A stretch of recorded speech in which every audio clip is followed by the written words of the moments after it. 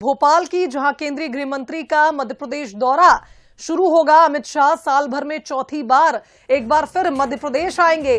ग्वालियर के साथ भोपाल भी आने की तैयारी है और इस बीच बीजेपी प्रदेश अध्यक्ष वी डी शर्मा ने बंसल न्यूज को यह जानकारी दी है। उन्होंने कहा कि प्रदेश बीजेपी के लिए यह सौभाग्य की बात है कि मध्य प्रदेश में पीएम मोदी महाकाल लोक का लोकार्पण करने के लिए 11 अक्टूबर को आ रहे हैं, तो वहीं 5 दिन बाद 16 अक्टूबर को केंद्रीय गृह मंत्री अमित शाह भी मध्य प्रदेश के दौरे पर आ रहे हैं।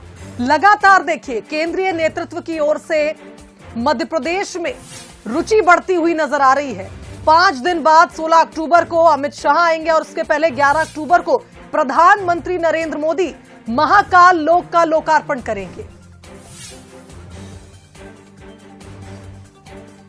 ये महाकाल लोक का लोकार्पण हमारा गौरव है, हमारा सौभाग्य है कि भारत के नहीं दुनिया के सर्वाधिक लोकप्रिय नेता महाकाल लोक का लोकार्पण करेंगे।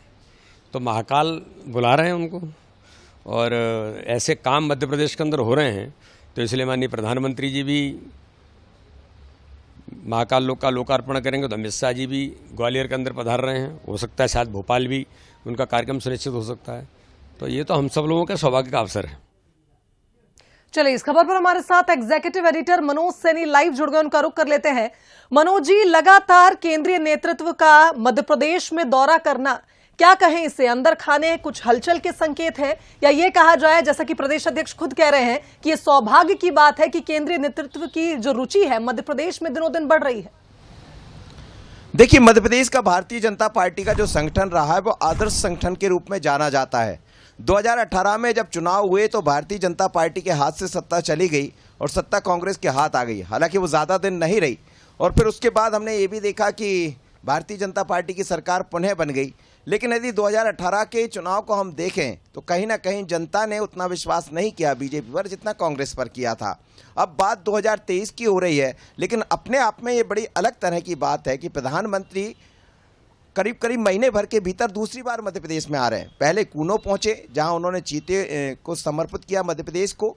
दूसरी तरफ हम देख रहे हैं कि लोकार्पण करेंगे महाकाल लोक का, और उसके बाद अमित शाह जी 16 तारीख को चंबल ग्वालियर बड़ा महत्वपूर्ण है भारतीय जनता पार्टी के लिए, क्योंकि पिछली बार भी जब चुनाव हुए तो कांग्रेस को अच्छी सफलता मिली थी। हालांकि उपचुनाव जब हुए 28 सीटों पर तो फिर भारतीय जनता पार्टी ने वहां पर बढ़त बनाई, लेकिन अभी भी कई तरह की खबरें आती रहती है। तो चंबल ग्वालियर में एक कार्यक्रम में शामिल होने जा रहे हैं, लेकिन वी डी शर्मा जी ने जैसा बंसल न्यूज पर कहा कि भोपाल भी आ सकते हैं। भोपाल भी अभी महीने भर पहले ही अमित शाह जी आए हुए थे और ये चौथा दौरा है। तो क्या ये मानकर चलें कि मध्य प्रदेश को बड़ी गंभीरता से केंद्रीय नेतृत्व ले रहा है, या फिर मध्य प्रदेश से जो खबरें आ रही है वो कहीं चिंता बढ़ाने वाली है भारतीय जनता पार्टी के लिए?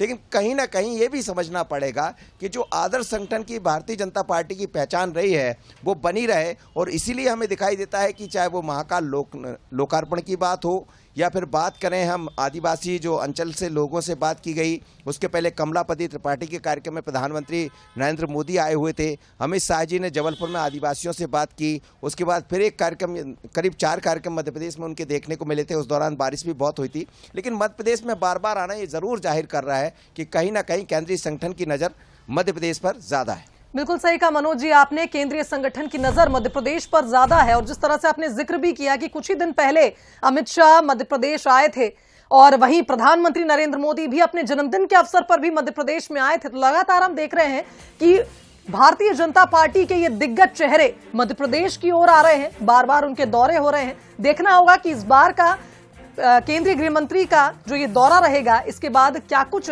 समीकरण समझ में आते हैं। फिलहाल धन्यवाद आपका तमाम बातचीत के लिए।